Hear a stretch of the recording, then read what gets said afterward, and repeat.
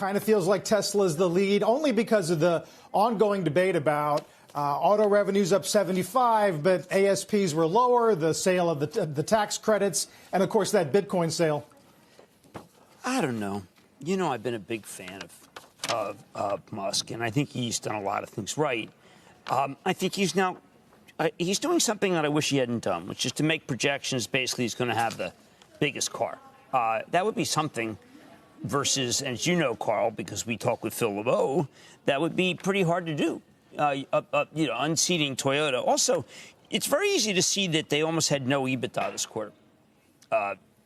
And that's not talked about enough. We talk about making a lot of cars. But, David, the adjusted EBITDA less stock and credits is, it's almost nothing. Yeah, but that doesn't seem to be something that impacts investors' perception of the stock or the ability of the company one day to create enormous cash flows, I guess, Jim. Well, like Sam Gerard, I don't care. I expected more. Candidly... You may not care, but it doesn't really matter if the majority of shareholders are unconcerned. Well, that's true. A majority of shareholders were unconcerned in WorldCom, David. I mean, it's... Whoa. No, I'm just saying that this was not the quarter I expected. And it's not the quarter I would go on SNL after.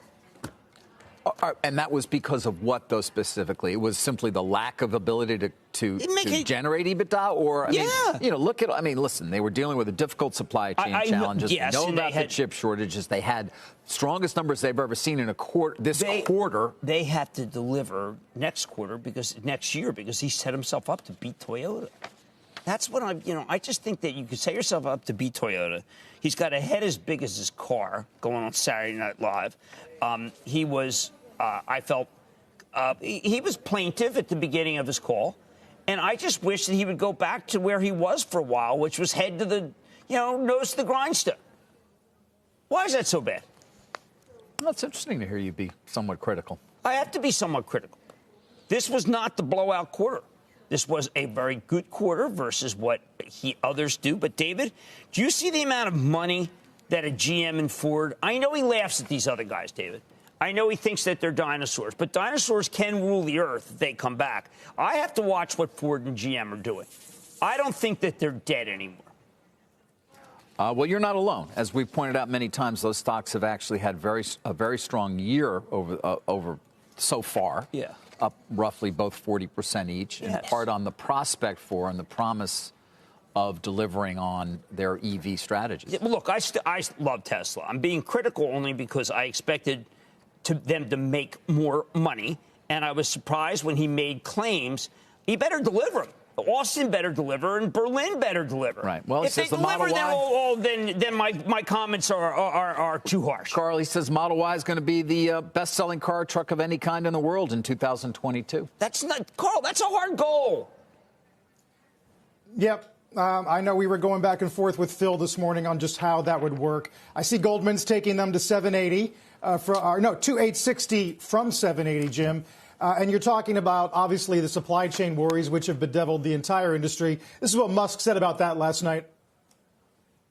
Q1 had some of the most difficult supply chain challenges that we've ever experienced in the life of Tesla. Insane difficulties with supply chains, with parts over the whole range of parts. Obviously, people have heard about the chip shortage. This is a huge problem. Interesting to hear him frame it that way, Jim. A whole range of parts. It's no longer sort of the specific chips that give you, say, a digital gas monitor, for example. Yeah, well, his cars are packed with electronics, which, of course, is terrific. It makes it so that I've always said it's a technology delivering system. I've been asking executives, why does China not have a chip shortage with their cars? David, why is China kind of not sweating the program? Well, you've told me, Jim, because I do listen to you. It's because they double ordered everything. Right. Well, how about no way you can cut those back, huh? Give some to America? I don't think that's going to happen. No, and that's why we have a chip shortage. Now, I think China, I'd love to know what Elon's thinking about China and an assembly there. There was way too much time in this conference call about solar panels, Carl. Why is that? Why is that a problem? Well, because what are you? Elon favor Musk?